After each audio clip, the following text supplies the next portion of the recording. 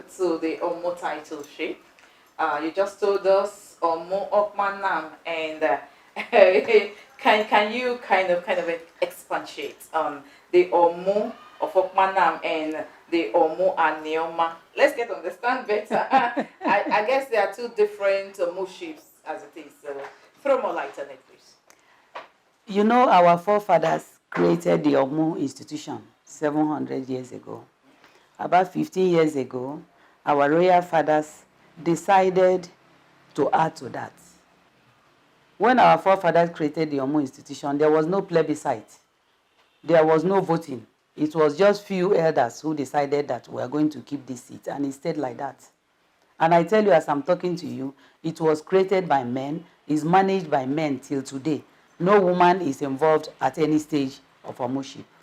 Our current royal fathers decided 15 years ago to add to that by having one Omu, who is not going to be boss of other Omus, but who will promote Anioma values.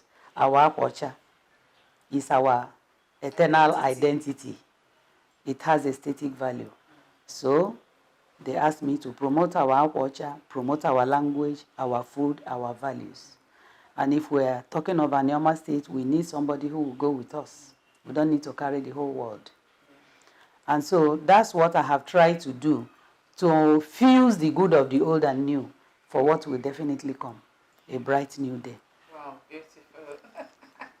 Okay, let's look at your past years. You once worked with His Royal Majesty, the Omonoba Iridia or CFR of Benin, as his media relations consultant. Tell us about that experience. Wow. Actually, I met the Omonoba in the early 70s when I was working as a clerk. And then I left the country. I came back. I started my practice. We met again. And he said he was having issues with the media. He would say something, they would misquote him. And he tried to employ public relations officers, and nobody will agree to work in the palace. And those who even agreed could not talk to him. They were afraid to get to him, so they couldn't do the work. So he officially appointed my firm, Aftermath Nigeria Limited, in 1998 to be his media consultants. And I brought in the media to the palace of the Oba of Benin. He was hosting the media quarterly. No other traditional ruler has done that in this country. I did introduce it to him. We did the first one. It was to be once a year, and he loved it. And he decided we should do this. He actually calls the media my friends in the media. And the young men said, oh, Papa, we are not comfortable. And he explained to us why he calls the media my friends. He said, when you are in time of crisis, your mother and your father can even abandon you. But he had crisis, the media stood by him. So he calls them lovingly my friends in the media. Of course, we had two relationships which is known to everybody in the world. We had a business relationship and we had a personal relationship, of which 1 year in His Majestic Palace, when we invited the media, there's a paper, Daily Times of those days. One of the correspondents had written a half-page article on the Omonoba. And in this article, the journalist insinuated that the Omonoba had appointed Aftermath in order to get to the managing director, which happens to be me. And the Oba brought this newspaper out in presence of the whole media, and he said, and I quote, I love this piece very well. I have always known her. I don't need a subterfuge. As a matter of fact, I have a personal relationship with her, which is known to everybody, quote unquote. Omonoba Irediowa, CFR, of blessed memory. Yes. So that's like let's settle the matter here. Don't go talking about it Himself, he invited the whole media, and everybody was there. Wow. And he brought out this Daily Times. It was half page, written by one Sama Basilim those days. And he said, I don't need a subterfuge. I have always known her. As you are all aware, I have a personal relationship with her. And that ended. Nobody will talk again. He settled the matter there. Yes. So I had a personal and business relationship with him. Yes. The personal relationship would have started in the early 70s, but I left the country. Of course, I was afraid of being dragged into the harem. It's well. Okay, let's still looking at how we can make things better for younger ones. The case of cases of rape in the country is like on the increase daily. What do you think? How are the best ways we can handle these increasing cases of rape in our country, Nigeria? If you remember earlier what I said, the future of humanity is in the hands of women.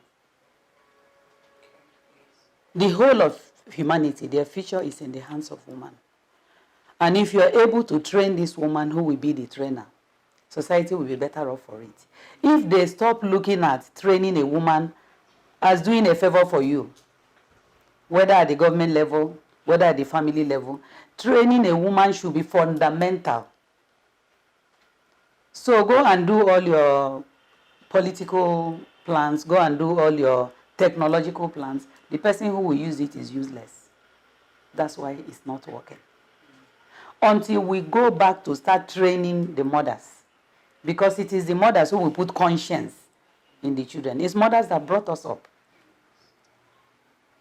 Until you have women who have conscience, you have women who believe that the child should not be used for going to make money. Until we build in the conscience of the mother. Because some mothers go out of their ways to push out their daughters to go and look for money.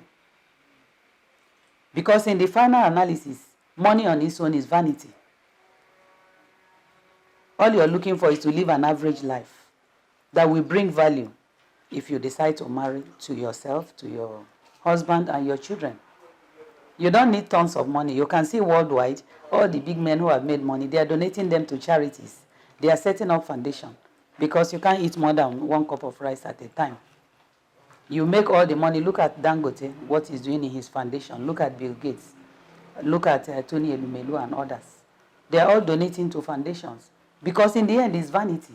You're not going anywhere with it. So let us go back to the fundamental issue of training the woman and see the training of a woman as fundamental to lifting society to the next positive level. Okay. It is only when you have women of conscience that will teach their male children that it is wrong. What you are doing to another person's child can be done to your own sister. That was when they started allowing women to go to school. When educated men now start seeing the value, they started sending their own daughters to school. That was how it started. So it is the mothers who will inculcate these values that is not good to go and defile. That man who is defiling was brought up by a woman. So go and look at the woman who brought the person up. Mothers are the conscience of the society. There are no two ways about it. Until we do that, but for the older people, what we need is counseling. And government has to institute, like quarterly or monthly, at the local government level, at the town level, counseling. You talk to people. Because people do listen when they hear over and over again that this is wrong. But look at the nation. Is there anywhere they're doing counseling? And even when they do it, it's once a year. When you want to change the human mind, the human being is so complex that you think you know him today, tomorrow he changes. That is why it has to be on a continuous basis of training the mind. Not for the purpose of giving certificates, but for the purpose of training so we can have better human beings. So until mothers do that, it's not the job of the father. Anyway, men are not cut out for putting values into children. They are not cut out for that from creation. They are cut out for taking care of the home in sense of paying rent and all those things. But who is the one who inculcates the values is the mother. That is why children have a soft spot for their mother because of the 9 months that they carry them in the womb. That connection. So if a woman is into crime, she's worse than a man. That is why the same thing when she loves to stupidity. When she's involved in crime, she's involved with crime worse than a man. That will show you the power of womanhood that is being used negatively. So it is still going back to woman.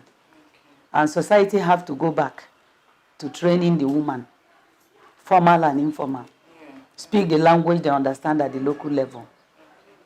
So And also bringing these young men to counsel them. Because we have so many NGOs who are dedicated to women. But we don't have NGOs who bring For men together. Yes. Yeah. We need NGOs that will bring men together to tell them what you're doing is wrong. Because they are probably seeing it as macho. They are not looking at it the way we're looking at it. So they need to be sober. Yes, we need to be sober. Look at when they bring women and teach them about contraception. And you go back home, your husband doesn't know the meaning of it. Quarrel starts. I want more children. The woman cannot cope with more than 2 or 3. So we also need to bring the men into the program to see that a woman's body cannot cope with more than. Some can, some cannot. Yeah. So can we actually say, or would you rather say, it's the same way, the same reasons we have beautiful young ladies that going into some kind of jobs that are not dignifying enough, as in they're not proud of it. They're not so happy they are doing this. As in our young, beautiful girls I'm talking about now, not little ones, but young ladies, they can do better than what they are doing. And what they are doing, they know is not dignifying enough. They are not proud of it, but they do it anyway. They feel that's all they can do for themselves. If you have an opportunity to sit with them for a few minutes, to talk to them, what advice will you give to them?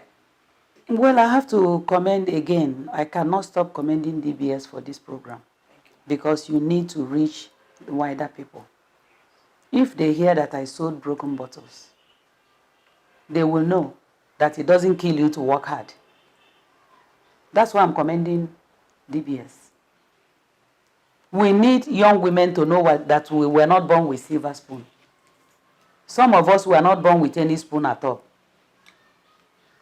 Having gone to England and America and coming back and deciding that I was going to struggle on my own, and I was not going to make myself available to men because I was single. I sold broken bottles with pride. I followed Yoruba women to sell bags and bags of onions with happiness because I was making money out of it and I was happy. That's what we need to tell them, that you need to struggle. There is no joy without pain. There is no joy without pain. Even when you're having a child, from when you conceive, you start having morning sickness. Yes. Then you go through when you're delivering, you're between life and death. And then you start training the child. So there's nothing you do in this life. For those of you who are Christians, they say God worked for 6 days and rested only for 1 day. But when you want to enjoy for 6 days and don't work, there is dignity in labor. Even when people were laughing at me, oh, she's selling broken bottles after having gone.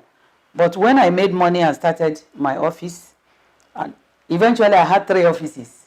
I had one in Asaba, one in Benin, a satellite one in Lagos. People were surprised. Nobody looked down on me anymore. And I was doing it with pride. I was going everywhere, getting broken bottles from everywhere. Became a big player, starting from nothing. So that's why I am commending what you're saying. Those girls that are doing that, it is not because they have nothing else to do. It is because they want the easy way out. Yes. Yes, because there is so much for a young girl to do. You can buy water and sell. There are people I know in Benin who started by selling 1 bag. Very soon they started selling, even from retail to wholesale. Very soon they started renting bigger shops. And they are married, they are happy. They have bought land, they have built with their husband. There is hardly any business. There are young people who I see the other day in Lagos, graduates, they are frying akara. One of them said the mother trained him with akara. And after looking for work, he said, but I can better what my mother did. He made it cleaner, made it nicer. And now he has 3 or 4 outlets in Lagos employing other graduates. So people going to work, he has different rooms for whatever class you belong to.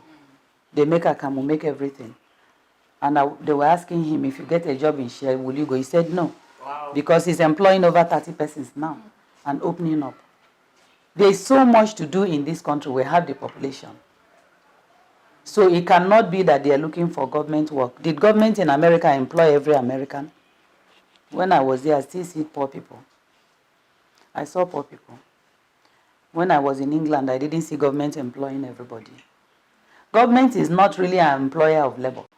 Government is to create the environment for business people to go and do their businesses and employ people. So those ones you see outside, they are badly brought up. Nobody inculcated sound societal values in them. Nobody told them that you don't have to make money only by selling your body in the street. Nobody told them those. And society glamorizes wealth in such a way that young people feel that they have to do it at all costs, which is wrong again.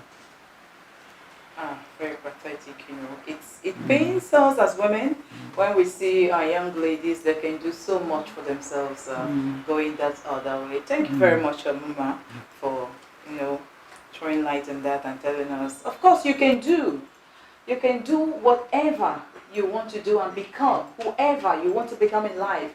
You just need to believe in yourself.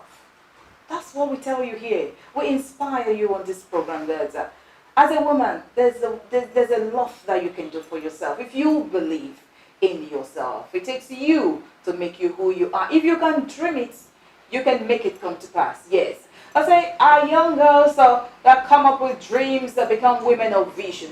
So if you've got a dream, just believe that it can come to pass. And definitely it will come to pass. You can be who you want to be in life. You can achieve that which you want to become in life. It only will take you to believe in yourself. It's the woman in you, and here we inspire you. Mama, let's look at the issue of women pulling down women. Why do women not support themselves? Tell us something about that. What's the reason? The reason is society. Society encourages the woman to pull down another woman. And you know who is the society? Men. Men groom women to dislike each other. For example, Mrs. Clinton. Look at all she has attained and lost the presidency by a narrow margin. Who made her lose it? Women. They gave their votes to Donald Trump. How did they do that? Their husbands will tell them, is this woman better than you in the first place? Why should she even be the president? So it's an indirect grooming. They start hating their kind by being groomed unofficially. She's not better than you. Is it because she's the president's wife? So you hear women on American television, I'm looking at them saying, oh, she's not likable. What do you mean by not likable? The men you're voting for, are they likable? Have they done over generations what you want the country to be? No. So men aid women to dislike each other. Women themselves, some get to positions that everybody dance about. They remove the ladder.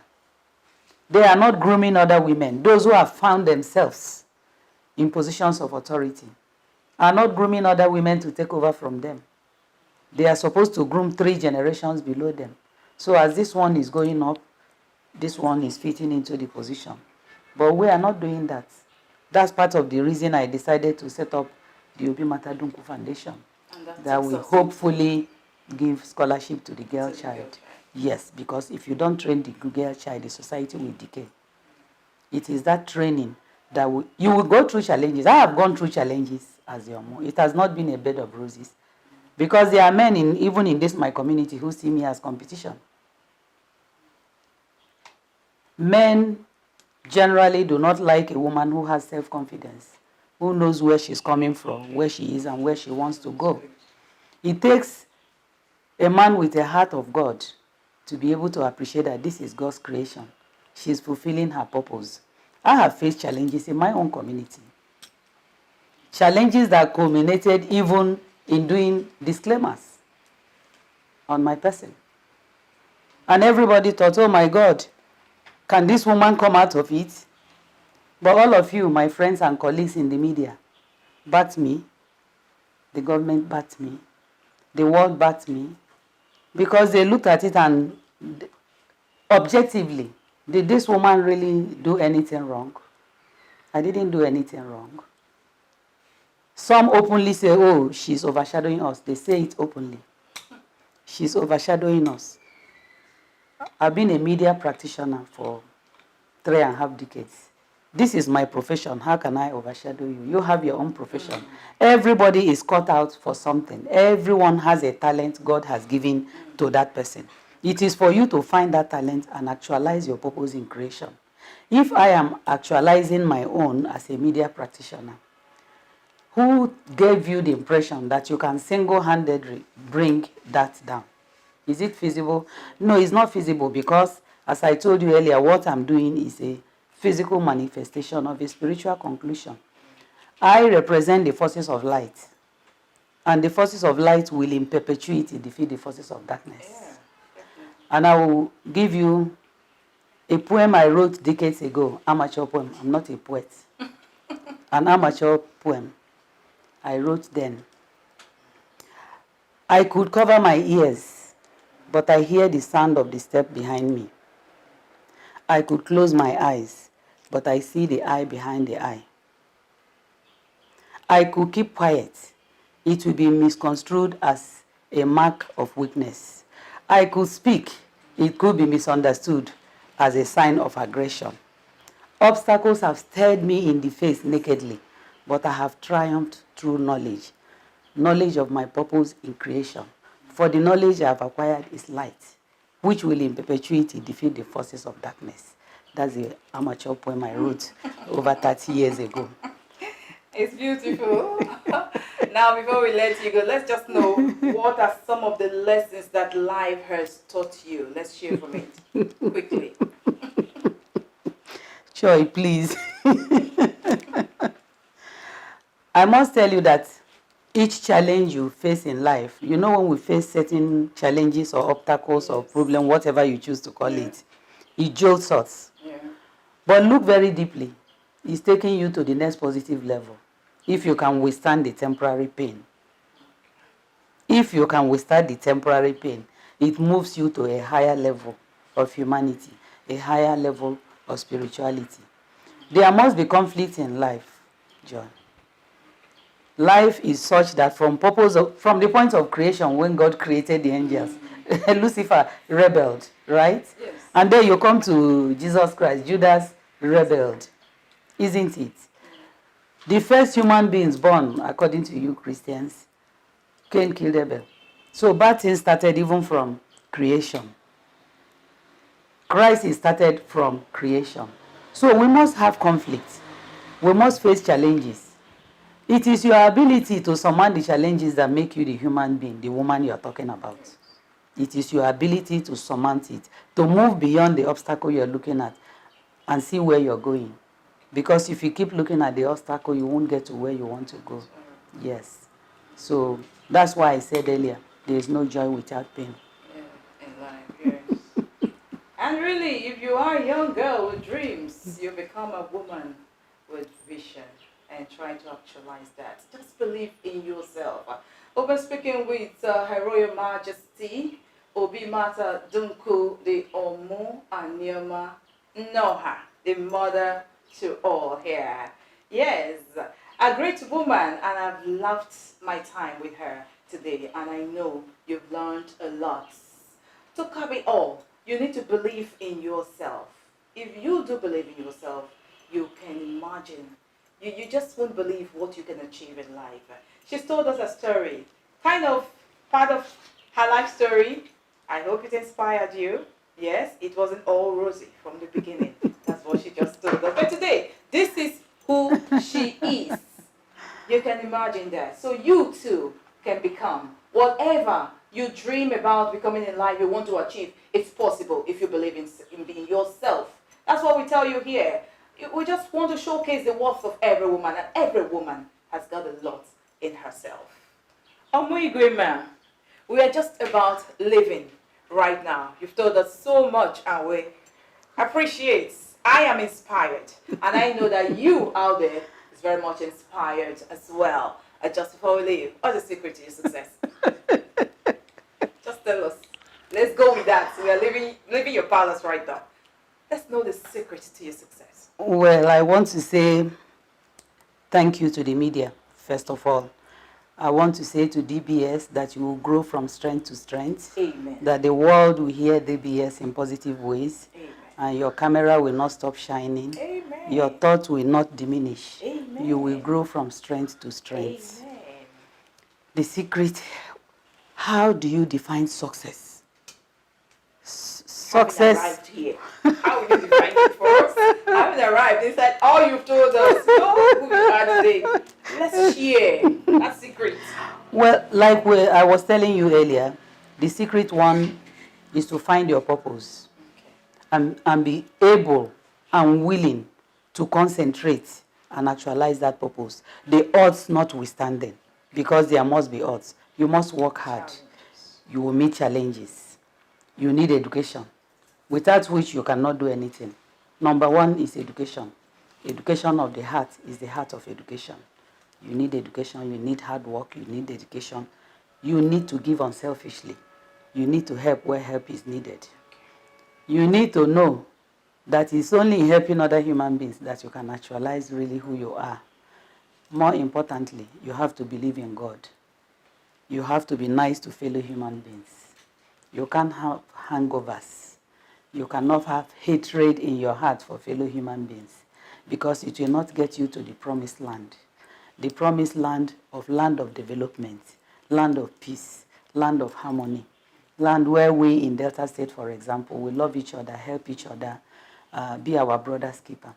Yes, you will go through all that because you know when you want to bend an iron, when do you get it? When it's really hot. Yeah. Right? When it's hot, that's when you will get it. The late American president, Abraham Lincoln, he wrote a letter to his son's teacher. After he finalized this letter, he said, "He's such a fine little fellow, my son. Teach him that for every friend there is an enemy. Teach him that $1 earned is of far more value than $5 found." A famous letter Abraham Lincoln wrote to his son's teacher. Teach him that $1 earned is of far more value than $5 found. Teach him that for every enemy there is a friend. But you know what is wrong with us, humanity? We concentrate so much on the negativity and forget that there is so much positivity in life. So we must exude it, because what you are is intrinsic. It only manifests glowingly on the outside. But the majority of people are looking for from the outside to the inside, and that's why you have many people who are unhappy and unable to actualize their purpose, because they think their purpose in life is to show off something. But my purpose in life is not to show off anything. It is to do the will of God, actualized through our ancestors. And so when I go to speak and people call me and I say, please, I'm not here for anybody to love me. I am here to say what is right and to do what is right, as directed by the higher realm, because the higher realm controls the lower realm. So when I have the hand of God on my head, and I have the spirit of my ancestors surrounding me, and I have DBS and few people who like me, that is more than enough. What else will I be looking for? Nothing, other than to do the will of God. So we need to work hard, we need to love each other, we need education, because without education you won't be here doing this program. If you cannot read and write, you won't be here doing this program. And even if you can read and write and you don't have confidence in yourself, you can't do the program. So because you yourself, you're a woman who is educated, you're a woman who has intrinsic value for yourself, you're a woman with esteem, that is why you are able to do what you're doing. Some you learned in school, some you learned by yourself, through dint of hard work. So we must work hard. We must continue to work hard. There is no shortcut. And women must rise above board to help our men. Our nation is in trouble. And the women are not playing their part to get the nation out of trouble. So that is where you need to contribute, DBS. And that's why I'm thanking you for this program. Women must rise above board. They must help their husbands. They must help the leaders. They must get to the stage where they will take up leadership positions so that they can change the society. It doesn't mean that when you're doing that, you won't meet obstacles. I have just told you the one I met. I wasn't sleeping over it. Of course, it pains temporarily. After some months, I realized, but I have a mission God has given to me. So I cannot let God now. I have to move on. So, but women, they are lost midstream. So we have to rediscover women and build a new foundation that will not collapse with the wind, because the women are the bedrock of society. There are no two ways about it. Thank you so much, Ma. Okay. The woman in you, yes, the woman in her, Her Royal Majesty, Obi Martha Dunku, the Omu of Anioma, know how we call her Mother to all. She's been speaking with us, and I want to believe that you have been inspired on the program, The Woman in You, today. Just believe in yourself. Have dreams and believe that you can fulfill it. It can come to pass if only you believe in yourself. The woman in you will inspire you. That's what we do here. My womanhood, my pride. I've got pride, I've got potentials. I have class, and I'm special. Joy Ochi is still my name. And I'll see you next week on another edition as we bring to you Women of Personality. Believe in yourself. I had residual help, and I started from there. And I had obstacles in my way while I was growing up. Even in the institution, I have faced monumental obstacles.